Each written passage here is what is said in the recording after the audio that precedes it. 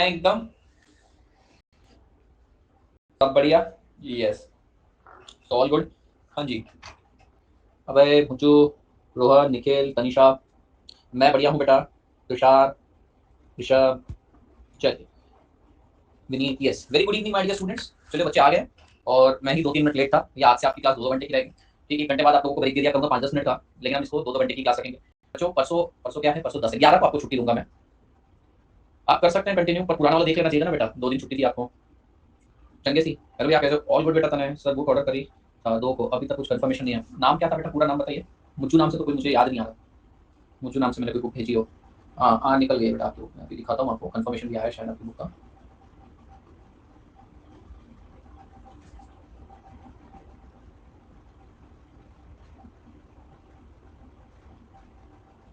ठीक, आ गया आपकी बुक का। हाँ ठीक है, ये फरकान आ गया, बराबर आ गया। चलिए बेटा, भैया मेरे पेपर आ गए, आपसे कब बात कर सकते हैं? कल करते हैं अपन बात। कल मैं थोड़ा फ्री हूँ फर्स्ट हाफ में। आज तो मैं बाहर था, इसलिए 2-3 दिन से बाहर ही था, कर नहीं पाया। चलिए बेटा, हम लोगों ने पहला लेक्चर जब करा था तो फ्राइडे को हुआ था, राइट? नहीं, सैटरडे को हुआ था। तो उसमें हमने बेसिक डिस्कस कर लिए थे कि भैया नेशनल इनकम में क्या क्या होता है।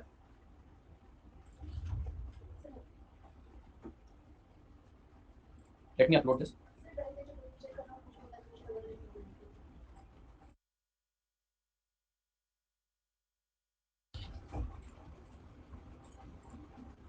एक मिनट बच्चों।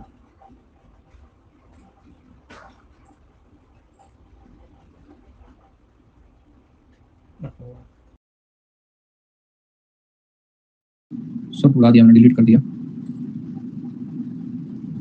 बताता हूँ बेटा, रुक जा 2 मिनट, पहले मैं अपना नोट्स, रुक जाओ, मुझे नोट्स डाउनलोड करना दो। ठीक है, नोट्स डाउनलोड होते हैं, तब तक आपका डाउट देख लेता हूँ मैं क्या बोल रहे हैं। शिप वेसल इंडिया के अगर यूएसए में जाकर सर्विस देंगे तो भी इंडिया में काउंट होगा। हाँ, वो इंडिया में, देखो ऐसा नहीं है बेटा, वो 2 कॉन्सेप्ट है इसमें, नेशनल प्रोडक्ट है और डोमेस्टिक प्रोडक्ट है। तो हाँ, वो डोमेस्टिक प्रोडक्ट में काउंट होगा और नेशनल प्रोडक्ट में भी काउंट होगा, दोनों में काउंट होगा। यस, वो काउंट होगा। और उसका पीछे दूसरा रीजन भी देख लो ना, ये सर्विस कहाँ से ओरिजिनेट हुई थी। ये सर्विस इंडिया की है, कोई और बाहर इसको यूज कर रहा है। बट बेटा नेशनल इनकम का मतलब क्या होता है? Money value of final value of goods and services produce. तो ये प्रोड्यूस तो इंडिया में हुआ है ना वो। वैसल तो इंडिया पे। एक मिनट मुझे डाउनलोड करना तो तुम्हारा डाउट 2 मिनट होल्ड कर।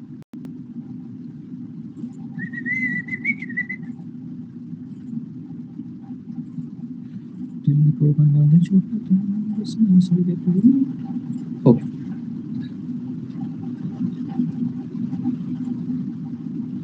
क्या फूक क्या है? क्या फूक क्या है बे? खिड़की के सामने के पन्ने फाड़ के उसमें चरस फूकी लगता है इसने।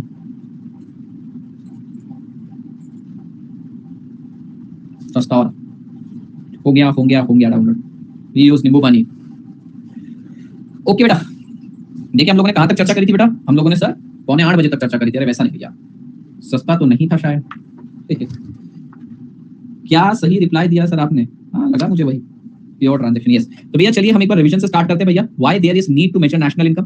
तो भैया जस्ट लाइक अकाउंटिंग कन्वेंशन, बेटा हम अकाउंट्स को यूज करते हैं ताकि बिजनेस का परफॉर्मेंस मेजर करें। National income conventions are used to measure the performance of a nation. Now what is national income? General generic definition बोलती है, national income is defined as money value of final goods and services produced by normal resident operating within domestic territory और outside in an accounting year. तो भैया money value क्यों? क्योंकि money common denominator है। Final value क्यों? क्योंकि हमको double counting से बचना है।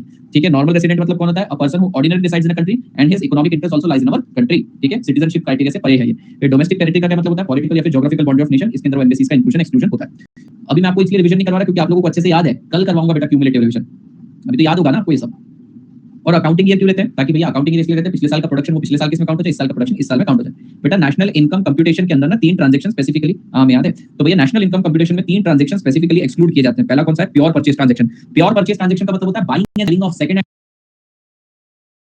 Second hand goods and services में। अरे भैया second hand goods and services जिस साल प्रोड्यूस हुए हैं उस साल काउंट कर लिए गए ना, और दूसरी बात जब वो प्रोड्यूस करे गए हैं तब वो काउंट ऑलरेडी हो गए थे, तो अभी काउंट करने की क्या आवश्यकता है? तो भैया only final value of goods and services will be included of that particular year. तो buying and selling of second goods and services नहीं आएगा। हाउएवर अगर आप कोई सर्विस प्रोवाइड कर रहे हो ट्रांजैक्शन को फैसिलिटेट करने की, तो वो आएगी। जैसे कि आपने सेकंड हैंड गुड्स की बाइंग और सेलिंग के बीच में बेटा दलाली खाली कमीशन लगा दिया आपने, तो ये आपने कमीशन क्यों अर्न किया? क्योंकि आपने सर्विस प्रोवाइड करी है। समझ रहे हैं आपकी बात? और अगर रिफर्बिश कर रहे हैं, कुछ वैल्यू ऐड करें तो ऑफ कोर्स वो भी आएगा। नेक्स्ट है sale purchase of security. Sir sale और परचेज ऑफ सिक्योरिटी ये क्यों नहीं आएगा? सिक्योरिटीज मतलब क्या होता है बेटा? Shares, bond, debenture. सर इनका सेल और परचेज क्यों नहीं लेते हैं? देखो बेटा, अगर मेरे पास रिलायंस के शेयर है, that means ownership of Reliance, और ये शेयर अब मैं तुम्हें ट्रांसफर कर रहा हूं, तो क्या हो रहा है बेटा? कोई new goods and services produce हो रहे हैं क्या? नहीं बेटा, सिर्फ ओनरशिप ट्रांसफर हो रही है, परचेसिंग पावर ट्रांसफर हो रही है। तुम्हारे समझो मेरे पास शेयर है, तुम्हारे पास पैसे हैं, तुम्हारे पैसे मेरे पास आ रहे हैं, मेरी ओनरशिप तुम्हारे पास जा रही है बेटा। यहाँ पे कोई गुड एंड सर्विस प्रोड्यूस नहीं रहा। हाउएवर इस ट्रांजैक्शन को इनिशिएट करने के लिए, फैसिलिटेट करने के लिए अगर कोई कमीशन ब्रोकरेज सर्विस चार्ज करता है तो वो जरूर आएगा। तो समझ गए बेटा? यस, तो प्योर परचेज ट्रांजैक्शन नहीं आएगा और sale and purchase of second hand goods and services नहीं आएगा। ठीक है जी। नेक्स्ट है बेटा transfer payment. Sir transfer payment नहीं आएगा बेटा। मैं तुमको क्या बोल रहा हूं बेटा, मनी वैल्यू इंपॉर्टेंट नहीं है, मनी वैल्यू इंपॉर्टेंट नहीं है। नेशनल इनकम का मतलब क्या होता है? It is final value of goods and services produce. कोई गुड्स एंड सर्विसेज ही प्रोड्यूस नहीं हो रहा है बेटा। एक बात बताओ, तो फिर हम क्यों ही ले उस ट्रांजैक्शन? आप बेसिक देखिए ना, कोई गुड्स एंड सर्विसेज आ रहे हैं, अगर गुड्स एंड सर्विसेज आ रहे हैं तो उसकी मनी वैल्यू ले लो, गुड्स एंड सर्विसेज नहीं तो उसकी मनी वैल्यू लेने का चर्चा ही क्या? समझे? नेक्स्ट है बेटा ट्रांसफर पेमेंट। ये बहुत गजब का कॉन्सेप्ट है। ट्रांसफर पेमेंट का मतलब होता है unilateral payment. Unilateral payment, transfer payment का मतलब होता है यूनिलैटरल पेमेंट। यूनिलैटरल पेमेंट मतलब एक तरफा पेमेंट।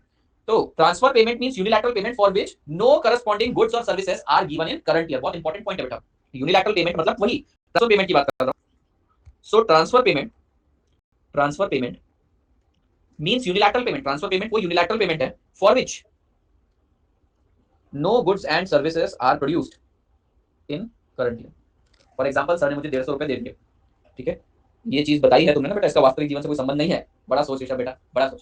पुरुषोत्तम भाई, उसकी सोच 150 के ऊपर जा ही नहीं रही है। ला तेरा जीपे नंबर दे। आज तूने जितने बोले होते मैंने ट्रांसफर कर दिए होते, पर अब तूने मांगे ही 150 है। बोल जीपे नंबर बता तेरा। आज तूने गलती कर दी बेटा। लक्ष्मी नहीं सरस्वती माता ने तथास्तु बोला था, एग्जाम्पल लिखा था, गया बेटा तू। होगा बेटा, कमीशन इंक्लूड होगा ना, कमीशन तो इंक्लूड होगा ना, क्योंकि कमीशन की सर्विस तो आपने इस साल दी है ना। नहीं, अब तुमसे पूछ के फायदा नहीं, सबने अपना नंबर देना चालू कर दिया, शाबाश।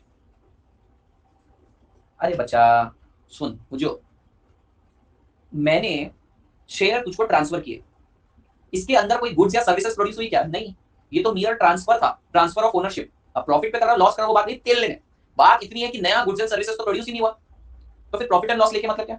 अच्छा, इस ट्रांजैक्शन को प्रमोट करने के लिए, इनिशिएट करने के लिए, फैसिलिटेट करने के लिए अगर कोई कमीशन एजेंट आ रहा है तो वो अपनी कमीशन की सर्विस प्रोवाइड कर रहा है, तो वो कमीशन की सर्विस इज नेशनल इनकम। और सर्विस को तो मनी वैल्यू में कंसीडर करना पड़ेगा, तो उसे मनी वैल्यू में कंसीडर करेंगे। तो जब मैं तुझे प्रॉफिट पे ट्रांसफर कर रहा हूं, लॉस पे ट्रांसफर कर रहा हूं, पहले बेसिक बात यह है कि क्या कोई गुड्स एंड सर्विसेज बने? जब बने ही नहीं तो क्यों कंसीडर करें? किसी पे करो या नहीं, छोड़ निखिल, अब क्या है, छोटी बात कर दिया इसलिए।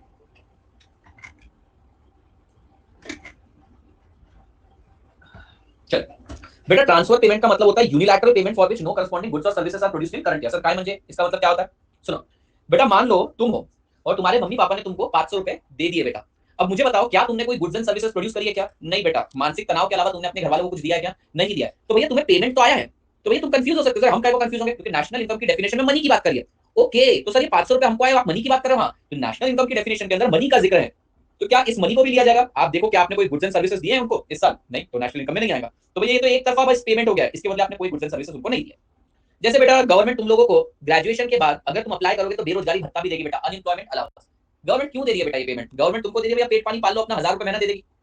तो ये भी एक प्रकार का यूनिलैटरल पेमेंट है बेटा, एक तरफा पेमेंट कर रही है government for which no corresponding goods and services are provided by you. आप कुछ प्रोवाइड नहीं कर रहे हो, तो भैया नेशनल इनकम का जिक्र नहीं है। तो ये समस्या खड़ी क्यों हुई? समस्या इसलिए खड़ी क्योंकि पैसों का लेन देन हो रहा है पर गुड्स एंड सर्विसेज नहीं प्रोड्यूस हो रहा है। It's called as transfer payment. Subsidies का थोड़ा अलग कॉन्सेप्ट है। अच्छा बेटा, इसको थोड़ा और चर्चा करते हैं। जैसे दोस्त को उधार लेना वापस नहीं मिलता, वो तो खैर छोड़ी दो, मानसिक तनाव देता है। मान लो बेटा तनिषा एक मजदूरन है बेटा। सर यार क्या मजदूर नहीं है? मजदूर नहीं है, काजल लगा ले। लड़की ने काजल नहीं लगाया मतलब कुछ परेशानी है, झगड़ने आई है। काजल लगा के मतलब एवरीथिंग इज नॉर्मल। लेकिन मस्करा काजल ने लगाया मतलब भैया देवी माँ का रूप लेने वाली है अभी, देखना कभी क्या बोलती है बहन।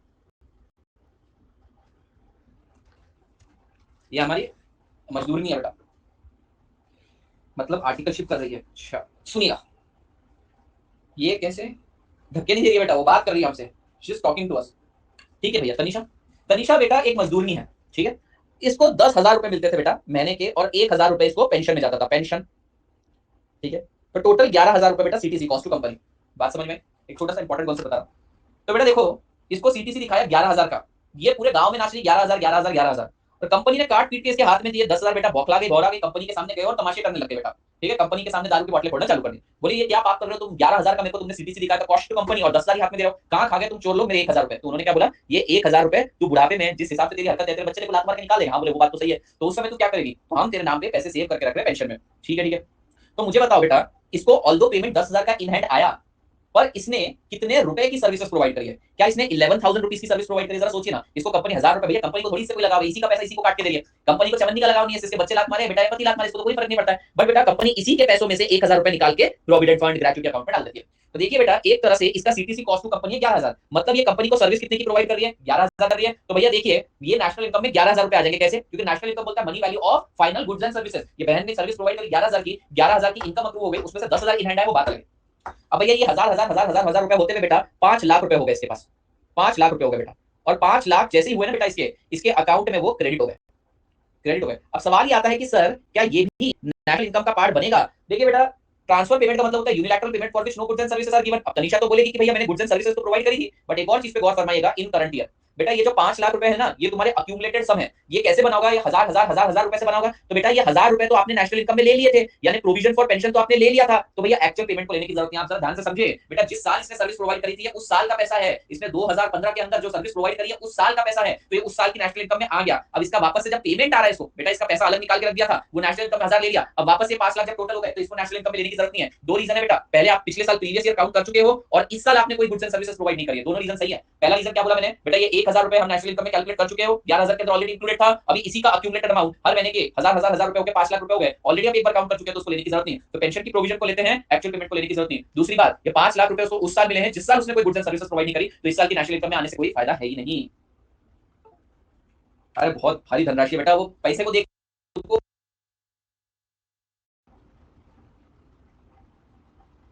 यस बेटा, वो खुश भी तो हो रही है, बता तो रही है सबको अपनी सैलरी 11,000, देखो ना 11।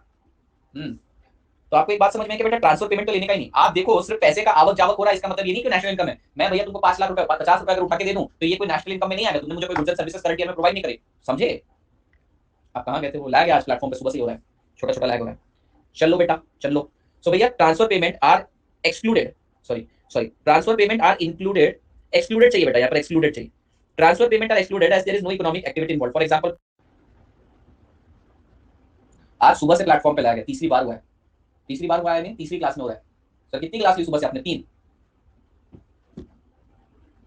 नहीं मैंने लोकेशन भी चेंज करी है, मैं ऑफिस में भी था, वहां पर भी issue. This is 4th class, चारों क्लासों में इशू है। हाँ जी चलिए बेटा। So transfer payment are excluded as there is no economic activity involve. बात समझ में आ गई क्या आपको? तो पहला प्राइमा फेसी आप क्या करेंगे? आप चेक करेंगे कि भैया कोई गुड्स एंड सर्विसेज है या नहीं। अगर नहीं है, सिर्फ पैसे का लेन देन है, तो ट्रांसफर पेमेंट है। चलिए, will the sale and purchase of share और NSC qualifies for calculation of national income? The answer is no. क्यों साहब? सर यहाँ पर तो सिर्फ ओनरशिप ट्रांसफर हो रही है, कोई गुड्स एंड सर्विसेज थोड़ी हो रहा है। What will be the treatment of commission charge? Yes, commission charge is basically the service provided in current year, और उसका मनी वैल्यू हम लेंगे। अच्छा कुछ बच्चे पूछते हैं सर अगर आईपीओ होता है तो क्या होता है? सर ये तो बात समझ में आ गई, पर अगर हम आईपीओ की बात करते हैं, इनिशियल पब्लिक ऑफरिंग, सर क्या वो नेशनल इनकम में आएगा? Again answer is no. बेटा आईपीओ में क्या होता है, कंपनी के पास शेयर्स रहते हैं, अब वो उसको डाइल्यूट कर देती है, वो सबको दे देती है। अभी भी क्या हो रहा है, लोगों का पैसा कंपनी के पास जा रहा है बेटा, और कंपनी की ओनरशिप लोगों के पास आ रही है, कोई गुड्स एंड सर्विसेज तो बना ही। बट इस ट्रांजैक्शन को पूरी तरीके से सक्सेसफुल और कामयाब बनाने के लिए मान लीजिए बैंक है, मर्चेंट बैंक बोलते हैं, उसने सर्विस प्रोवाइड करी, तो उसने तो करंट ईयर में सर्विस प्रोवाइड करना, तो वो नेशनल इनकम में आ जाएगा। प्रीमियम ऑन शेयर भी कोई बड़ी बात नहीं है बेटा, प्रीमियम ऑन शेयर का मतलब आप ओनरशिप महंगे में ले रहे हो, और कौन सी बड़ी बात होगी? सर काला धन भी नेशनल इनकम में जाएगा? बिल्कुल बेटा, पहले तू कमा के तो बता, या धन के वादे हो गया, काले धन की बात कर रहे हैं। सर 3 ट्रांजैक्शन में से एक इंक्लूड और 2 एक्सक्लूड ना, तीनों एक्सक्लूडेड है बेटा, तीनों एक्सक्लूडेड है। प्योर परचेज ट्रांजैक्शन भी एक्सक्लूडेड है, buying and selling of second hand goods and services excluded है भैया, buying and selling of share debenture bond securities भी एक्सक्लूडेड है, ट्रांसफर पेमेंट भी एक्सक्लूडेड है, तीनों स्पेसिफिकली एक्सक्लूडेड है। हाँ वो अनअकाउंटेड ही होगा ना बेटा। सर एसटीटी तो एसटीटी, एसटीटी क्या है बेटा? सिक्योरिटी ट्रांजैक्शन टैक्स, हाँ वो आ जाएगा, बराबर है, वो एक तरह से टैक्स बोलो या सर्विस ही है, एक तरह से वो आ जाएगा। चलिए भैया आप लोगों को मैंने फाउंडेशन में फ्लो कॉन्सेप्ट और स्टॉक कॉन्सेप्ट बताया था बेटा, नहीं वो मेरे को पता है एसटीडी का फुल फॉर्म क्या है, मैं उसके नेचर को एनालाइज कर रहा था। अरे हाँ रे बाबा, सेक्शन भी लिख कर दे दो, कौन लेकर आया वो भी लिख कर दे दो, तुम्हारे टीचर का नाम ऑटोग्राफ भी दे दो, और अपने सब्जेक्ट के मार्क्स भी बता दो फिर, हाँ ना? चल मेरा कहने का मतलब था, मैं एसटीटी मतलब क्या है, मतलब मैं उसके नेचर ऑफ ट्रांजैक्शन को एनालाइज कर रहा था बीबीआर में। जो आर्मी से याद आया वो जा रहा ना किधर है? खैर आगे बढ़ते बेटा। फ्लो कॉन्सेप्ट और स्टॉक कॉन्सेप्ट मैंने आपको फाउंडेशन में पढ़ाया था। फ्लो कॉन्सेप्ट का मतलब variable which is expressed over the period of time, and stock concept means the variable which is expressed eight a point of time. अब भैया over the period of time मतलब आप में से कितने बच्चों को फ्लो और स्टॉक नहीं पता है, मुझे ये बताओ। अगर सबको पता है तो 1 मिनट में खत्म करता हूं। कितनों को नहीं पता है? आई डोंट नो लिखो, आई डोंट नो ऐसा लिखो, नहीं पता। बेटा देखिए फ्लो कॉन्सेप्ट मतलब वो होता है which is expressed over a period of time. आज ही मैं फाउंडेशन के बच्चों को पढ़ा रहा था। बेटा देखिए, एक ही एग्जांपल लेते हो। 1 अप्रैल से लेकर 30 मार्च तक मैंने 10,000 बुक सेल कर दी और 31 मार्च को 0 बुक सेल हुई। अब आप लोग मुझे बताइए बेटा, मैं रो रहा हूँ यहाँ पे, मेरे बुक ही नहीं सेल हो रही भैया, धंधा पूरा लॉस में, डिमांड ही नहीं आ रही है, अरे 0 डिमांड है, मैं बोल के रो रहा हूँ बेटा। आप मुझे बताइए मैं सही कर रहा हूँ या गलत कर रहा हूँ? मैं बोल रहा अरे मैं तो बिल्कुल मारवाड़ी वाला सब धंधा में कोई रस नहीं लागे, कोई मजो नहीं, धंधो चौको नहीं, क्या पता नहीं क्या क्या बोलते हैं। सरासर गलत बोल रहे हो सर आप। क्यों गलत बोल रहा हूँ भाई? अरे सर ये एक दिन की कहानी थोड़ी देखनी है, आपको तो पूरे साल भर का चेक करना है ना साहब। पूरे साल भर का चेक करके देखो 10,000 कितना अच्छा प्रोडक्ट का सेल हो रहा है। अच्छा, तो मेरे को डिमांड क्या पूरे साल भर की लेनी थी?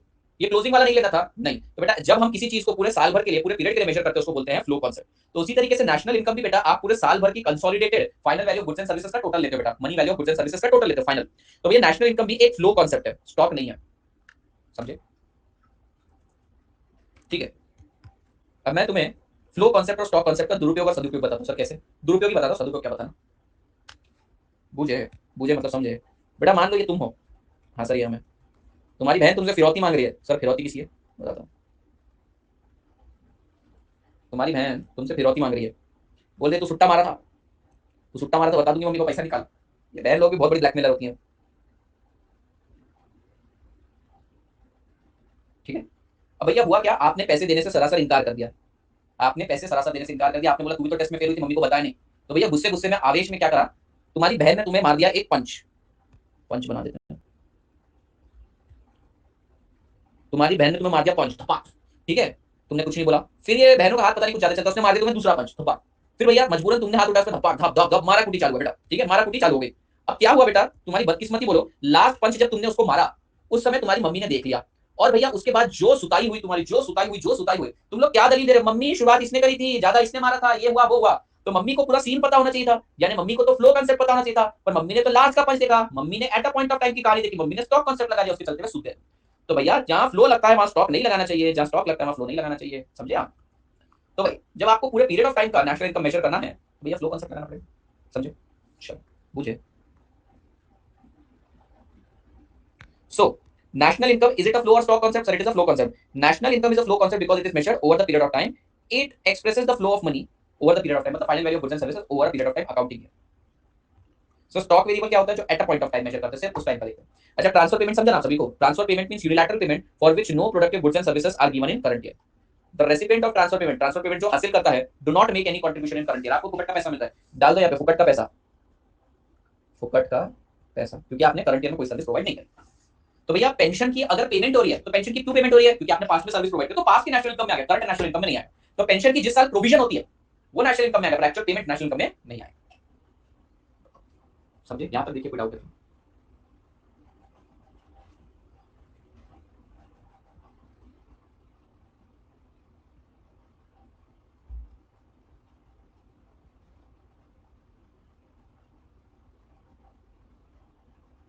क्लियर है? इंटू 820, 820 कहां से है? चलिए आगे बढ़ते हैं बेटा। अब हम ये देखते हैं कि नेशनल इनकम को पढ़ने के, समझने के फायदे क्या है। तो भैया ये जो क्वेश्चन आएगा ना, ये 3 मार्क्स का होगा। नेशनल इनकम की यूजफुलनेस क्या है, फायदा कैसे नेशनल इनकम पढ़ के? भैया जिसकी नेशनल इनकम ज्यादा है, क्या मैं ऐसे कह सकता हूं वहां पे गुड्स एंड सर्विसेज ज्यादा प्रोड्यूस होंगे? Of course. तो higher the national income, higher will be the value of goods and services, lower the national income, lower will be the value of goods and services. तो भैया economic activity कितनी हो रही है देश में समझा जा सकता है सिर्फ नेशनल इनकम डेटा को समझो। So indicating level of economic activity, national income account provide the comprehensive measure of level of economic activity and index of economic growth. हमको पता चल जाता है कि इकोनॉमिक एक्टिविटी कितनी चल रही है देश में, ठीक है? हम चर्चा करते हैं बेटा हमारा जीडीपी जीएसपी गिर रहा है, मतलब क्या हमारे देश में गुड्स एंड सर्विसेज का प्रोडक्शन कम हो रहा है या बढ़ रहा है।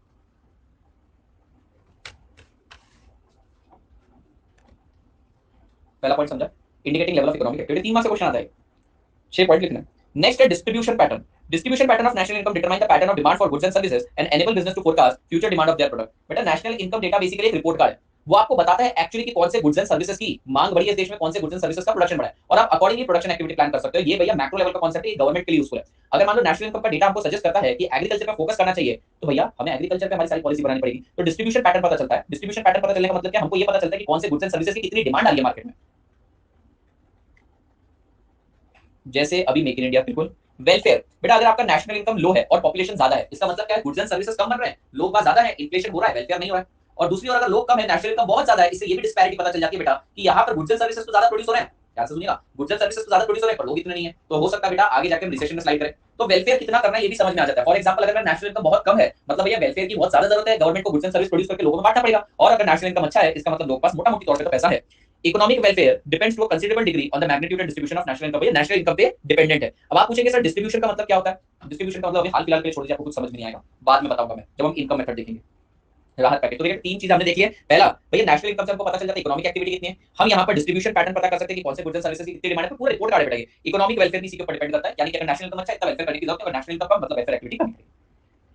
The estimate of national income show composition and structure of national income in terms of different sector of economy। आप जानते हैं बेटा इकोनॉमी में तीन सेक्टर होते हैं, प्राइमरी, सेकेंडरी, टर्शियरी।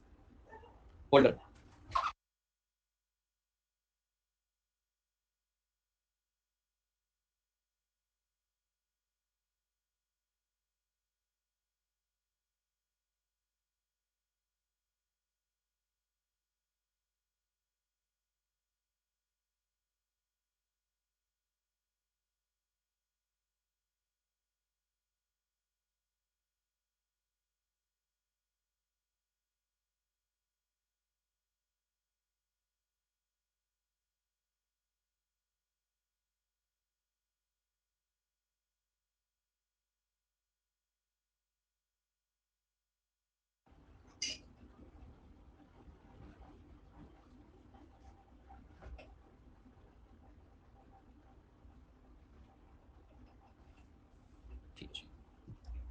कहां से होगा पता चला जाए।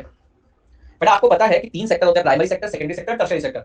हमको पता चल जाता है बेटा, हमको पता चल जाता है नेशनल इनकम में किसका कितना कंट्रीब्यूशन है। प्राइमरी सेक्टर वो होते हैं बेटा जो नेचुरल रिसोर्सेज को और अर्थ को एक्सप्लॉइट करते हैं। एक्सप्लॉइट मतलब गलत सेंस में नहीं, फार्मिंग हो गया, माइनिंग हो गया, फिशिंग हो गया वो। सेकेंडरी सेक्टर में क्या होता है, प्रोडक्शन होता है। टर्शियरी में सर्विस होता है। तो नेशनल इनकम को देख के बताया जा सकता है बेटा कि कंपोजिशन और स्ट्रक्चर क्या है, कौन सा सेक्टर कितना कंट्रीब्यूट कर रहा है। Next, combined with financial and monetary data. बेटा फाइनेंशियल डेटा अक्सर आरबीआई देता है, सॉरी मॉनिटरी डेटा अक्सर आप लोगों को आरबीआई देता है। और ये बेटा फाइनेंशियल नहीं है, बेसिकली फिस्कल की बात कर रहे हैं। तो क्या कहने की कोशिश कर रहे हैं कि भैया अगर हम इसको गवर्नमेंट की पॉलिसी और आरबीआई के डेटा के साथ नेशनल इनकम को भी कंबाइन कर दें तो भैया बहुत अच्छे से पॉलिसीज बनाई जा सकती है। बहुत सरल सी बात बोल रहे हैं, बोल रहे हैं हमारे पास मॉनिटरी डेटा है, हमारे पास फाइनेंशियल डेटा है, हमारे पास क्वालिटेटिव डेटा है। अगर इसके साथ साथ हमें रिपोर्ट कार्ड नेशनल इनकम भी आ गया तो बहुत अच्छी पॉलिसी बनाई जा सकती है। Simple thing. Combined with financial and monetary data, national income data provide a guide to make policy for growth, inflation, forecasting, and to make projection about future economic trend in economy। बेटा सरल बोला है, आपको इतना detail में लिखने की जरूरत नहीं, आपको सीधा लिखना है कि मॉनिटरी, फाइनेंशियल और फिस्कल डेटा तीनों को कंबाइन कर दिया जाए नेशनल इनकम के साथ तो policy for growth and expansion बनाई जा सकती है। Must be. इन्फ्लेशन कैसे निकालेंगे? बेटा इन्फ्लेशन तो निकालते हैं, वो तो बड़ा आसान सी चीज है। इन्फ्लेशन निकालना कोई मुश्किल बात नहीं है। उसके लिए आपको जीडीपी डिफ्लेटर सीखिए, वो तो मैं सिखाऊंगा जीडीपी डिफ्लेटर। बट बात आपको ये पूछनी चाहिए थी सर यहाँ पे इन्फ्लेशन कर क्या रहा है। बेटा आपको पता है क्या इन्फ्लेशन होना चाहिए देश के अंदर, ठीक है, 3 से 5%, 7% के बीच में इन्फ्लेशन होना चाहिए और उस इन्फ्लेशन को कायम रखना जरूरी है। इसे बोला जाता है इन्फ्लेशन टारगेटिंग। नहीं, फिस्कल अलग होता है बेटा। फिस्कल पॉलिसी मतलब पॉलिसी ऑफ गवर्नमेंट, उसके अंदर मॉनिटरी नॉन मॉनिटरी दोनों आती है बेटा, सॉरी फाइनेंशियल नॉन फाइनेंशियल दोनों होता है, ठीक है, दैट इज डिफरेंट बेटा। उसके लिए ही रेट बढ़ाते हैं, हाँ उसी के लिए बढ़ाते हैं बेटा। ये जो इन्फ्लेशन है ना, इसके लिए कॉन्सेप्ट होता है इन्फ्लेशन टारगेटिंग। इन्फ्लेशन टारगेटिंग के अंदर क्या करते हैं, ऑफिशियल रेट ऑफ इन्फ्लेशन तय किया जाता है, उसे अचीव करने की कोशिश करी जाती है। समझ रहे हैं आप मेरी बात? तो बेटा देखिए अगर इन्फ्लेशन कम होता जा रहा है तो क्या होगा, कमोडिटीज के दाम कम होंगे। तो आप बोलेंगे अच्छी बात है, जरा सोचो तुम अगर कोई प्रोडक्ट बेचो तो उसके भी दाम कम होंगे, उसके दाम कम होंगे तो बेटा आपका बेचने से इंटरेस्ट चला जाएगा, अब आप नहीं बेचेंगे उस माल को। समझ रहे हो, आप इंप्लॉय का ले ऑफ करोगे, उसके पास पैसा नहीं आएगा। तो इन्फ्लेशन मॉडरेट रेट से बढ़ते रहना चाहिए। अच्छा आप लोगों ने फाउंडेशन में कितना पढ़ा है मुझे याद नहीं, नहीं आप लोगों के टाइम पे अमेंडमेंट नहीं आता है, कमेंटमेंट आया था उसके अंदर बताया था कि भैया इकोनॉमी के अंदर टैक्स रेट कम से कम होना चाहिए, जीडीपी ज्यादा से ज्यादा होनी चाहिए, एक्सचेंज रेट मॉडरेट होना चाहिए, इन्फ्लेशन भी मॉडरेट होना चाहिए। तो इन्फ्लेशन के लिए भी पॉलिसी बनाते हैं। बेटा नेशनल इनकम से हमको इनइक्वालिटी भी पता चल जाती है। सर इनइक्वालिटी कैसे पता चल जाती है? पता चल जाती है बेटा, एक मेथड है इनकम मेथड। इनकम मेथड आप लोगों को बता देता है कि लेबर क्लास को कितना पैसा मिल रहा है, एंटरप्रेन्योर को कितना पैसा मिल रहा है। भैया एंटरप्रेन्योर तो हैंडफुल है, लेबर क्लास ज्यादा है, तो भैया अगर लेबर क्लास की पॉपुलेशन ज्यादा है क्योंकि उनकी अर्निंग कम हो रही है, इनइक्वालिटी एक्सप्लॉइटेशन समझ में आ जाता है। तो इनकम मेथड के थ्रू ये पता चल जाता है कि भैया पॉसिबल इनइक्वालिटी है या नहीं। समझ रहे हैं? एक बार देख लीजिए बेटा, ये 6 पॉइंट हम देख लेते हैं। पहला, इट इंडिकेट्स, हम पढ़ रहे हैं कि नेशनल इनकम क्यों पढ़ना चाहिए, क्योंकि इससे इकोनॉमिक ग्रोथ पता चल जाती है। दूसरा, डिस्ट्रीब्यूशन पैटर्न पता चल जाता है, डिमांड फोरकास्ट करी जा सकती है। तीसरा, वेलफेयर डिपेंड करता है। चौथा, आप लोगों को कंपोजिशन एंड स्ट्रक्चर पता चल जाएगा नेशनल इनकम का कि कौन से सेक्टर का कितना कंट्रीब्यूशन है। पांचवा, इसे फाइनेंशियल और मॉनेटरी पॉलिसी के साथ कंबाइन करो तो आप पॉलिसीज बना सकते हो ग्रोथ, एक्सपांशन, इन्फ्लेशन की। नेक्स्ट हमने पढ़ा नेशनल इनकम डेटा के थ्रू पॉसिबल इनइक्वालिटीज भी पता चल जाती है अगर है तो। Next, international comparison. बेटा हम क्यों बोलते हैं कि यूएस सबसे बड़ी इकोनॉमी है, क्योंकि उसकी जीडीपी स्ट्रॉन्गेस्ट है। हम क्यों बोलते हैं पाकिस्तान या फिर श्रीलंका उसकी एक बहुत ही खराब इकोनॉमी, क्योंकि उसका जीडीपी, उसका नेशनल इनकम बहुत कम है बेटा। तो भाई इंटरनेशनल कंपैरिजन में भी मददगार साबित होता है। नेक्स्ट बेटा, जिस कंट्री का नेशनल इनकम ज्यादा है वो इंटरनेशनल बॉडी को कंट्रीब्यूशन भी ज्यादा देगी। इसका मतलब नेशनल इनकम आपको इसलिए भी निकालना पड़ता है कि आपको कितना कंट्रीब्यूशन देना है, आपको कितना कंट्री जाएगा, United Nation, World Health Organization, World Trade Organization, इन सबको। सर 5th पॉइंट में नॉन फाइनेंशियल इसलिए नहीं आया क्योंकि एनआई में वो इंक्लूडेड नहीं होगा। हाँ, वैसी बात नहीं कर रहा हूँ बेटा, मैं आप लोगों को बोल रहा हूँ कि नेशनल इनकम में मॉनिटरी पॉइंट ही होता है, लेकिन उसको दूसरी चीजों के साथ भी जोड़ा जा रहा है, क्वालिटेटिव चीजों के साथ भी, और हम पॉलिसी बना रहे हैं। बेटा जब भी कभी आप पॉलिसी बनाते हो तो आप क्वांटिटेटिव क्वालिटेटिव दोनों चीजें लेते हो। तो भैया नेशनल इनकम तो क्वांटिटेटिव है क्योंकि उसके अंदर मनी की बात हो रही है, पर बेटा दूसरे क्वालिटेटिव डेटा भी तो चाहिए ना हमको, वो है वहां पे। भैया आपने सुना कि पाकिस्तान उनके जू के एनिमल का ऑप्शन कर रहे हैं, बिल्कुल कर रहे हैं, पाकिस्तान से आए गेंडा कर रहे हैं, उनको जरूरी है बेटा।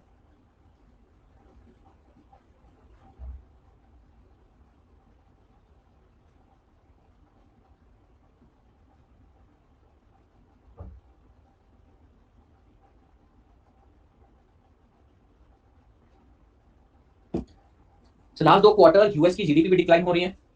इसमें बताता हूँ मैं आपको कुछ। सर अभी तो इन्फ्लेशन ज्यादा है और उसके लिए रेट्स भी बढ़ा रहे हैं आरबीआई, बट फिर भी स्टॉक मार्केट क्यों पॉजिटिव है? दर्शन इंडिया में रिसेशन का खतरा। अब जरा ध्यान से सुनिए, मैं खुद इतना टाइम से बोल रहा था यूएस में रिसेशन चालू है, यूएस में रिसेशन चालू है, बट पिछले कुछ टाइम से मार्केट 10% हाई पर चल रहा है। ऑल टाइम हाई पर तो नहीं ऑफ कोर्स, लेकिन मार्केट हाई पर चल रहा है। दूसरी बात भैया, आज तक इकोनॉमी में कोई भी ऐसा विद्वान नहीं बना है कि इकोनॉमी को एक्जैक्टली प्रेडिक्ट कर सके। भैया पूरे के पूरे 7 बिलियन लोग प्रेडिक्ट करके बैठ रहे हैं कि यूएस के अंदर रिसेशन चालू है, जबकि हार्डली 5, 10, 15, 20, 100, 200 लोग प्रेडिक्ट कर सकते हैं इस फिनोमेना को। तो हम उसका प्रेडिक्शन कर रहे हैं गलत तरीके से बिल्कुल। दूसरी बात, मेरे यूएस स्टॉक के अंदर पैसे लगे हुए हैं, मैं तो देख रहा हूँ वहां पे स्टॉक प्राइस कंटिन्यूसली बढ़ते जा रहे हैं, तो ऐसा कुछ नहीं है। हाँ, डिमांड वहां पे कम हुई है, बट वो भी कंजम्पशन बेस्ड कंट्री है, वो कर लेगी बेटा, रिवाइव कर लेगी। दूसरा ये बोल रहा था कि भैया इन्फ्लेशन, हाँ देख इन्फ्लेशन ज्यादा है तो भैया बैंक रेट बढ़ा रही है, बात सही है। इसके चलते हुए बेटा स्टॉक प्राइसेस गिरने चाहिए, बट स्टॉक प्राइसेस बहुत ज्यादा नीचे गिर चुके हैं तो थोड़ा तो ऊपर आएंगे, ये बात तो सही है। जब भी आरबीआई रेट बढ़ाएगी तब तक स्टॉक मार्केट के प्राइसेस गिरेंगे, लेकिन हमारे तो फिर भी बढ़ते जा रहे हैं। सर पेटीएम रखूं या निकाल दूं? बेटा Paytm, Zomato, Vodafone idea, Suzlon, ये शेयर रखो ही मत अपने पास, रोज डुबाई तो रहे तुमको। एलआईसी रख लो, मेरे को जहां तक समझ में आया वो रिवाइव कर लेगा, मेरे पास खुद के पास 25% तो भी डाउन है। आलू industry I heard it is good, मैं देख रहा हूं मार्केट जरा, आज का नहीं देखा मैं, टोटल ओवरऑल ग्लोबल मार्केट देख रहा हूं। पेटीएम का मुझे कोई अंदाजा नहीं, so wow growth is good. Okay okay, चलिए बेटा बताइए, यहां से यहां तक आपको 6 पॉइंट लिखने हैं। शॉर्ट में देखिए बेटा, इकोनॉमिक एक्टिविटी आपको समझ में आएगी, कितना डिस्ट्रीब्यूशन पैटर्न समझ में आएगा, वेलफेयर डिपेंड करता है कि भैया आपका नेशनल इनकम कितना है, कंपोजिशन एंड स्ट्रक्चर समझ में आएगा। इसे मॉनिटरी और फिस्कल डेटा के साथ अगर हम कंबाइन करें तो policy for growth and inflation करते मतलब हमें ड्राफ्ट करते आएगी, पॉसिबल इनइक्वालिटीज पता चलेगी, इंटरनेशनल कंपैरिजन और वेरियस इंटरनेशनल बॉडीज को कंट्रीब्यूशन सब पता चल जाता है।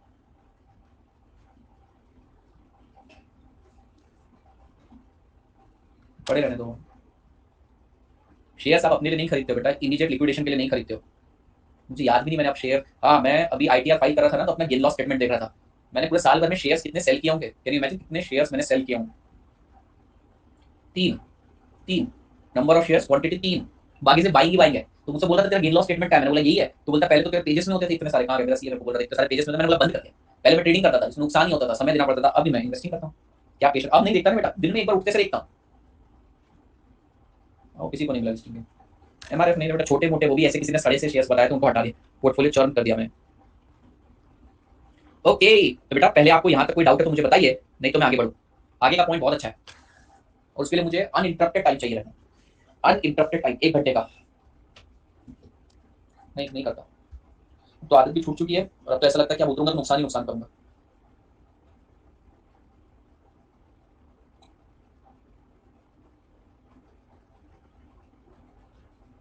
पढ़ लो, 5 मिनट का ब्रेक रहेगा। तेरा पेज देखा मैंने एक चीज रियलाइज करी बेटा, वो आप अभी रियलाइज नहीं करोगे, इसलिए बता के भी कोई मतलब नहीं आपको, but soon you will start earning money, you will automatically realise something.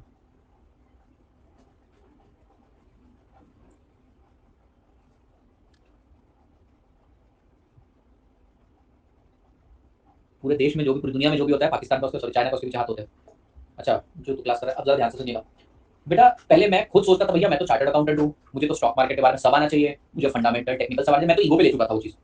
नहीं मैं ईगो पे ले चुका था भैया, being a CA I should know this, but then I started incurring losses, huge losses बेटा। प्रॉफिट प्रॉफिट जब भी होता था ना, एक खुशी नहीं महसूस होती थी मन में, क्यों नहीं होती थी? क्योंकि पता शायद तुक्का लग गया। और जब लॉसेस होते थे वो तो एक्चुअल होते थे तो बुरा फील करवाते थे, तो प्रॉफिट खुशी नहीं दे रहा, लॉसेस भैया गम तो जरूर लेकर जा रहे हैं। देन आई रियलाइज कि भैया मैं तो बहुत गलत काम कर रहा हूँ, मैं तो फुल टाइम नहीं ट्रेडर हूँ, नहीं फुल टाइम एक्टिव इन्वेस्टर हूँ।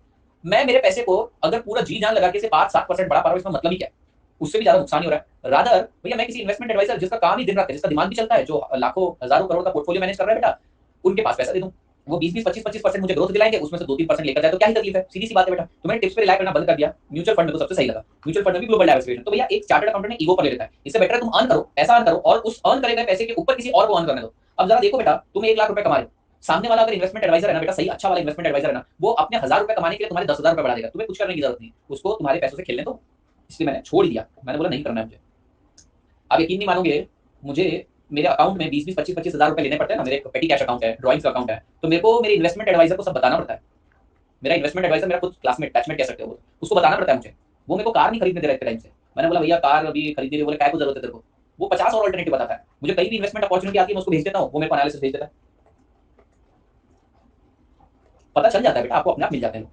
मैंने स्टार्ट किया था बेटा 500 रुपए पर डे के हिसाब से, 500 रुपए पर डे के हिसाब से मैंने इन्वेस्टमेंट चालू करती, वो बड़ा बजट बड़ा टिकट साइज लेता है, लेकिन उसने मेरे को बोल दिया चल ठीक है तू कर तो सही। और आज देखते देखते बेटा मेरे पास मेरी जितनी अर्निंग है ना उसका मात्र 10% हाथ में रहता है, 10% हाथ में रखता हूँ मैं, टैक्सेस वगैरह कटते हुए सारा का सारा वो इन्वेस्ट करता है। जब मार्केट 10-10, 20-20% डाउन थे, मैं उससे झगड़ रहा था, बोला मेरे को नहीं पैसे डालने हैं, और उसने अप करके दिखा दिया, बोला मेरा काम ही है, बोला मेरी तो रोजी रोटी है, तेरा 10% डूबेगा पर मेरा तो सारा का सारा गया है, वैसा बोलता हूँ। पता नहीं बेटा किसके स्टॉक मार्केट चलेंगे सर, कोई अर्निंग सोर्स बताओ ना ऑनलाइन तरीके से, मोबाइल नहीं ना बेटा, ऐसा थोड़ी होता है, ऐसा थोड़ी होता है, ये करते करते थोड़ी कुछ कर सकते हो। 10% रिटर्न देता है।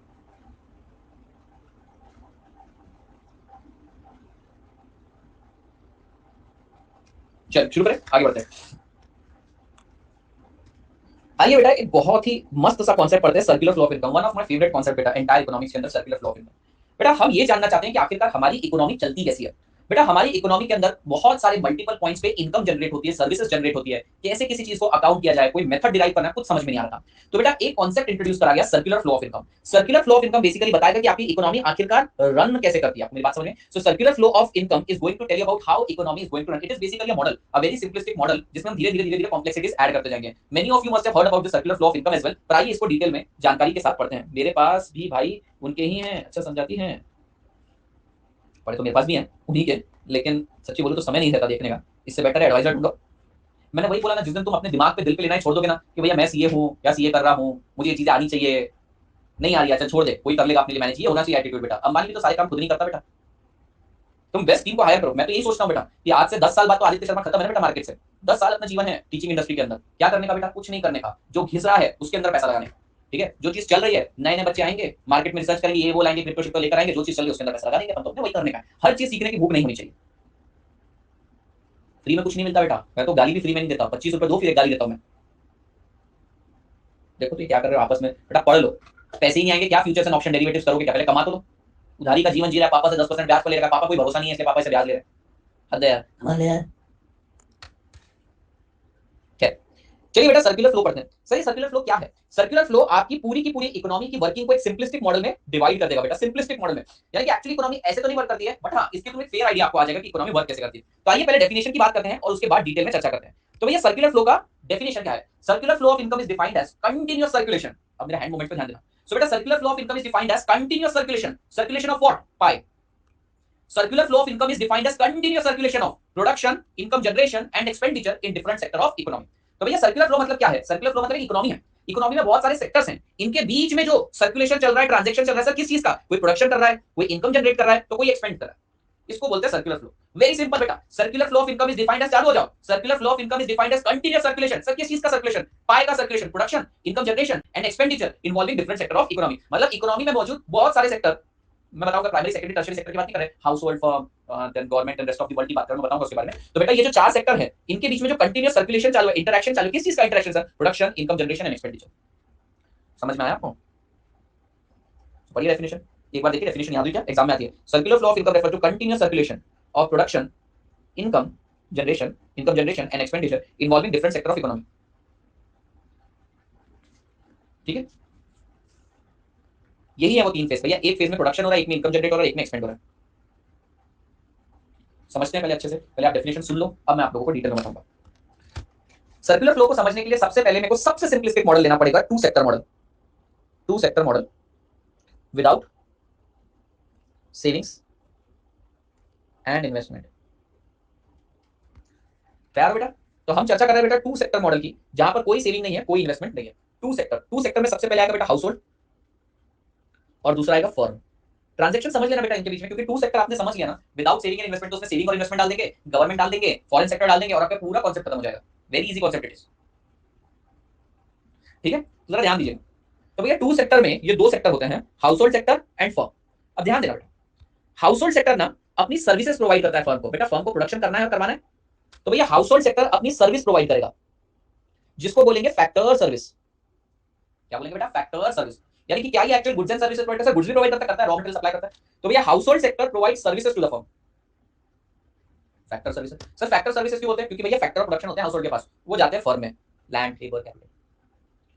ये फुकट में काम करते हैं क्या? क्या ये फुकट में काम करते हैं? नहीं।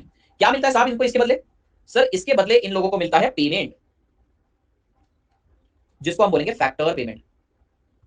सो बहुत सिंपल है, house hold sector provide factor services to the firm, in return of this factor services firm make factor payment. अब ये क्या करते हैं? सर्विसेज प्रोवाइड करते हैं, उसके बदले पेमेंट आता है। पेमेंट आता है मतलब क्या? नोट, करेंसी आती है, फिर बेटा मस्त नोट को तेल में फ्राई करके खा जाते हैं।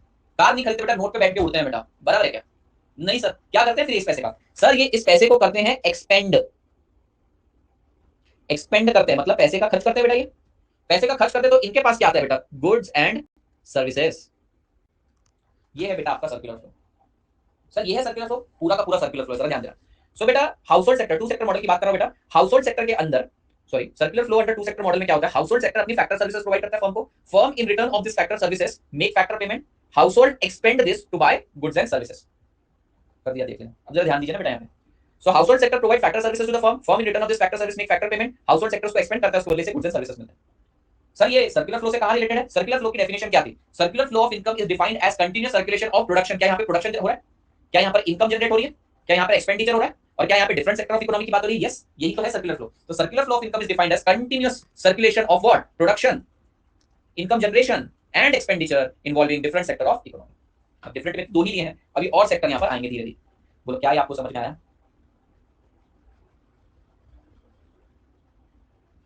ठीक है, अब जरा ध्यान देना बेटा, कुछ बातों पे गौर फरमाना। नहीं लिखना कुछ नहीं है आपको, आज लिखना नहीं है। घंटे भर तक मैं आपको सारी चीजें बताऊंगा, उसके समरी भी है, शॉर्ट में भी दे रखा है, सब कुछ है, लेंथी वाइज मतलब लेंथ में मैंने दे रखा है, सब दिया है। जरा ध्यान देना बेटा, हाउस होल्ड सेक्टर मतलब फर्म के अलावा तुम्हारे जैसे मेरे जैसे लोग जिनके पास सर्विस प्रोवाइड करने की कैपेसिटी, जिनके पास रॉ मटेरियल अवेलेबल है, या हाउस होल्ड। ठीक है, अब जरा ध्यान देना बेटा, मुझे जरा ध्यान से देखकर बताना, क्या मैंने यहाँ पे सर्विसेज प्रोवाइड करी है? ब्लू कलर की लाइन सर्विस डिनोट कर रही है, गुड्स भी होते हैं of course, raw material provide करता है। और बेटा यहाँ पर मुझे गुड्स एंड सर्विसेज मिल रहे हैं, तो ये जो ब्लू कलर की लाइन है ना, इसको बोला जाता है रियल फ्लो। क्यों सर रियल फ्लो क्यों बोलते हैं? क्योंकि रियल गुड्स एंड सर्विसेज का मूवमेंट हो रहा है। पर दूसरी ओर आप देखेंगे बेटा, ये जो एक्सपेंडिचर हो रहा है, this is nothing but the money, and this factor payment is nothing but the money. ये मनी वाला इसको बोलते हैं मनी फ्लो। ट्रांसफर पेमेंट नहीं आएगा बेटा, नेशनल इनकम में क्यों आएगा? अरे भैया मैं को एक बात बता, ट्रांसफर पेमेंट कैसे आएगा? तूने फैक्टर सर्विस प्रोवाइड करी, उसके बदले पेमेंट मिला, कैसे ट्रांसफर पेमेंट? तूने भैया गुड्स एंड सर्विसेज लिए, उसके लिए पेमेंट दिया, कैसे ट्रांसफर पेमेंट? सो ये है बेटा आपका circular flow under two sector model without saving and investment. बोलिए आपको समझा क्या?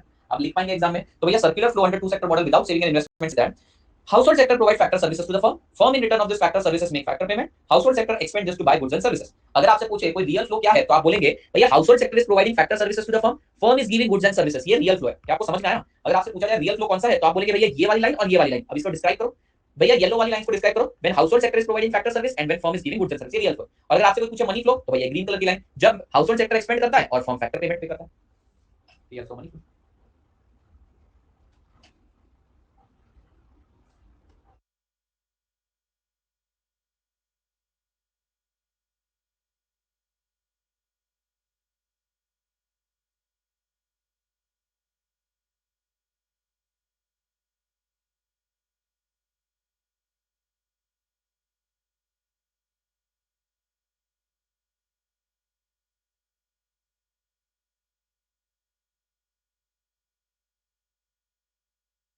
Yes, real flow indicating flow of goods and services. क्या यहां तक आपको सब समझ में आया?